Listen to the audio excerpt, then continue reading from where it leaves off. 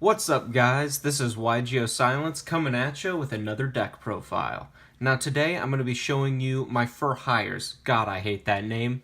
And we are going to be going in depth on what this deck is good at, what it needs improvement on, and how I think the deck functions right now.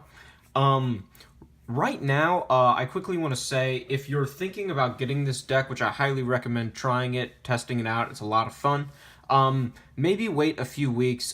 Beats and Mayhems, two of the cards that I think you need to run 3 of in this deck, they're very expensive right now. And so if you are interested in this deck, but you are more of a budget player, wait a little bit. Dark Saviors is being opened a ton. The prices of these cards are going to drop, and I think they will be, closer to the $5-7 range instead of the 15. But anyway, guys, that being said, let's get right into this video.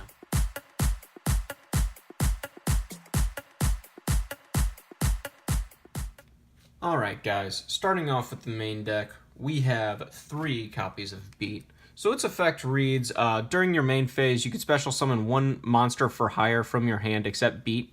So all of the little ones have this effect. They allow you to special summon another from your hand, and then when another for hire monster is special summoned while this card is face up on the field, they each gain a different effect. So Beat allows you to search any for hire monster from your deck to your hand. So it's a rota for the deck, which is really, really good. So generally, you want to see Beat in your opening hand. That would be the ideal. Next, another card you want to see a lot, and generally the one you're searching with Beat, is Raphel. So Raphel's effect reads, if this card is special summoned, you could excavate the top cards of your deck equal to the number of monsters for hire you control with different names, and then add 1 of the excavated cards to your hand. So generally you're going to excavate 2 or 3 cards max, but you could add anything. So if you have an Imperial Order you excavated, if you add an Ash, a Monster Reborn, anything. And then also this is a monster effect negator. So you could discard a for hire card when a monster effect is activated and then negate it. So that is actually anywhere. So if your opponent activates a hand trap, you can negate it. If your opponent activates something like a Giant Rex in the banish zone, you can negate it. So Raphel is really, really good in that regard. And then quickly, I want to show you guys a difference in wording with Beat and Raphel, and just the big ones and the little ones in general. So the big ones all read, if this card is special summoned, their effect goes off. Whereas Beat and the little ones say, when another for hire is special summoned while it's face up on the field, then their effects go off. So the reason for this is you're generally trying to end your chain with Raphel or Wiz or Dinah, the bigger ones. So you would go like Beat and then Helmer and then Raphel. And Raphel and the bigger ones do not allow you to special summon another from hand, so they're designed to be the end of your chain.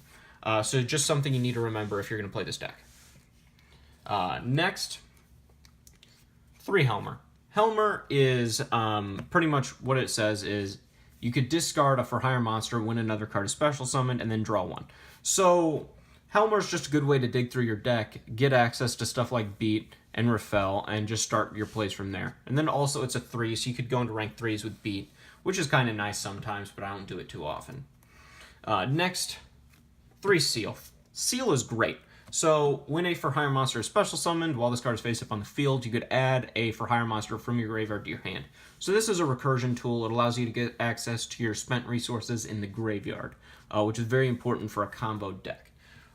And then your final 3 of 3 Bravo. I may get a little bit of flack for that one because Bravo, though it is really good, it's kind of a personal preference.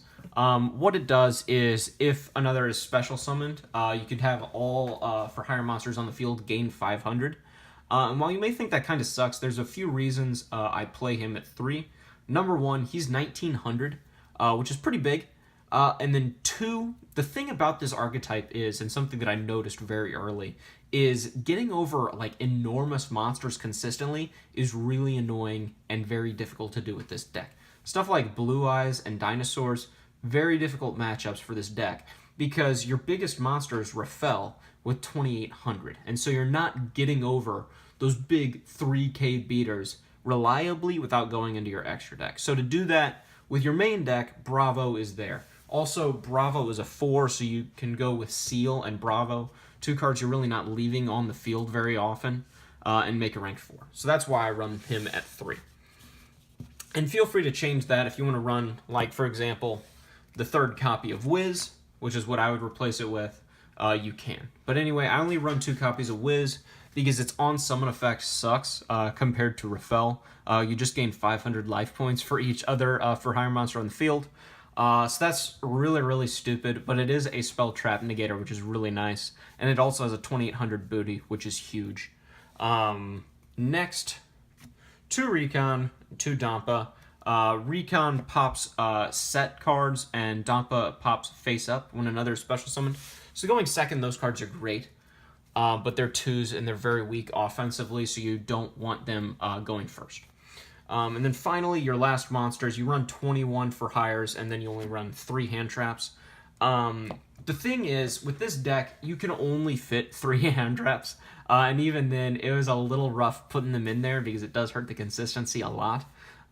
This deck is very similar to Pendulum Magicians in the way I look at it, because you really want your entire hand to be full of combo pieces so you could play through your opponent's interruptions and not be stuck with something like an Ash Blossom or a Ghost Ogre in your hand. So running 3 of them is fine. You do not want to see any more than 1 copy of hand traps. And even then, sometimes you don't want to see any. So that is your monster lineup. Spells, 3 Mayhem. As you can see, I only have 2 Mayhem. I borrowed the 3rd whenever I played at locals. They're expensive. I'm sorry. I'm trying to get my 3rd copy. But Mayhem is a Monster Reborn quick play for the archetype, which is really, really cool. And I like it a lot because if you're reborning something like Raphel, you get Raphel's effect because it says when this card is special summoned. So you get access to Raphel's excavation effect to add stuff to hand. And then also, if you have something like Beat or Dampa, and you special summon them, with Beat you get a search, and with Dampa you just pop something. So Mayhem's a very, very good card. And then the next, 2 Pot of Desires, 2 Called by the Grave. I don't run 3. You don't want to draw doubles of that card in a combo deck. And then Rhoda, just a 4th copy of Beat, Monster Reborn, Soul Charge. And then that is the spell lineup. I don't run too many spells. You really don't want to clog your hand up with a lot of spells. And then finally, 3 Strike, 1 Judgment, 1 Imperial Order. That's another reason I don't run a lot of spells. And this card is really, really good in this archetype because the thing is, it's a monster-reliant archetype. So the thing is, you could play through this card like it's not even there, whereas your opponent will feel it a lot. And then the last card, one, I'm going to have to look at the name for this thing because it is insane. Training for Hire for all your training needs. God, I hate the name. But pretty much what it reads is, if one of your hire monster or monsters is destroyed, you can special summon 1 from your deck with a lower level than one of those monsters. So that's pretty good. It allows you to recur resources, and if they're popping just 1, you could summon another and then get the effects of the other cards when they're special summoned, so that's pretty good. You don't want to run any more than 1 because if you see doubles, it kind of sucks. But anyway, that's our main deck. Let's move on to the extra deck.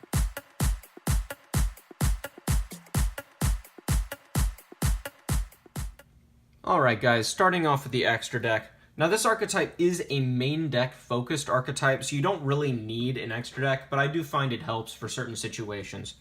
So I won only 1 Breaksword as my 3, and I only run the 1 3 Xyz because the only 3s in your deck are Beat and Helmer. And the thing is, you really want to leave Beat on board for as long as possible, so you don't go into Breaksword or any 3s unless it's very important. So I just run the Breaksword, Tornado Dragon, Baguska, Abyss Dweller, Utopia, Utopia the Lightning.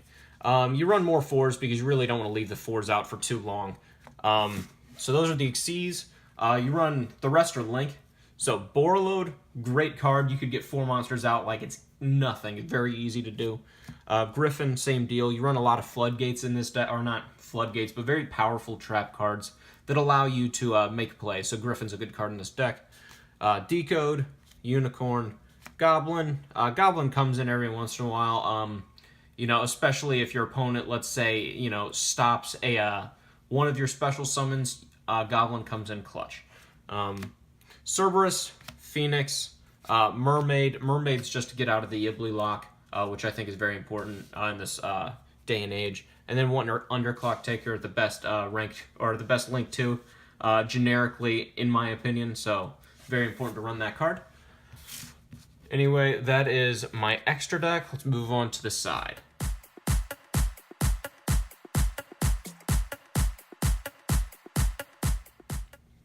Alright guys, starting off with the side deck, I quickly want to say this is just my personal preference, blah blah blah blah blah, just put whatever you want in your side deck. This is just what I think works right now. But anyway, 3 Droll and 3 Ghost Ogre. For decks like Spiral and Goki, you really need Hand Trap Interruption if you know you're going second, so these cards help you stop them from making a borderline unbreakable board. Also, Droll just pretty much poops on Sky Strikers. They pretty much just pass when they see this card. And then Ghost Ogre is one of the most generic hand traps in the game, and I think it's pretty much good in any format. Next, I run a Kaiju Engine, Gamma Seal, Jezakuru, and Kumungus, along with an Interrupted Slumber. This is also good in the Sky Striker matchup. It allows you to put a monster in their main monster zone, so their spells are pretty much useless. And it also allows you to get rid of their Link monsters without destroying them, so Ray can't come back. Then I run Raigeki Dark Hole. Board wipes are good. And then closing off 3 Red Reboot. Anyway, that's my side deck. Let's move on to closing comments.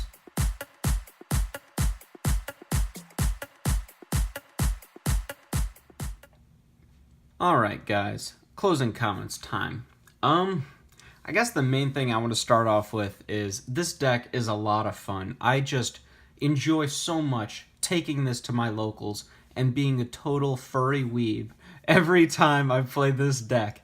It's a lot of fun, you know, just very enjoyable to me. And I think really, as a whole, that's what a lot of Yu-Gi-Oh! Is about, you know, just kind of having a good time, you know, getting past your problems for a few hours every few days. And I think this deck definitely does that to a T. Now, that's not to say this is just completely competitively inadequate, because that's far from the case. This deck has competitive prowess and is able to do things like you saw in a European regionals a few days ago. Placed third. And that's really surprising for a lot of people, but not to me and not to the people who've played this deck a lot, you know. It has the ability to produce boards and interruptions that really make it good, make it powerful. And I think the reason people thought this was kind of just a screwy deck, not very good, was because it came out in the same set as Sky Strikers, and it's hard to not be overshadowed by a deck that is that good. I mean, it's just really good. If you've played it so far or played against it, it kicks the crap out of you. But this deck, it has the things that make a deck competitive. It's very similar, in my opinion, to Pendulum Magicians. The ceiling's not quite as high, and it doesn't have, you know, that stupid FTK, but it has the competitive and just combo-centric ability to produce big boards, to kind of alter its personality depending on what it's playing. It's not set in stone what it needs to do. It has a lot of different answers for a lot of different cards, and I think that's very, very strong. But anyway, guys, I hope you enjoyed this video as much as I enjoyed making it. Please feel free to like and subscribe, and then in the comments below, if you saw anything in this deck you liked, anything you didn't like and would change, please let me know in the comments. It helps me out a lot, helps me change the deck and make it better. But anyway, guys, I'll see you next time.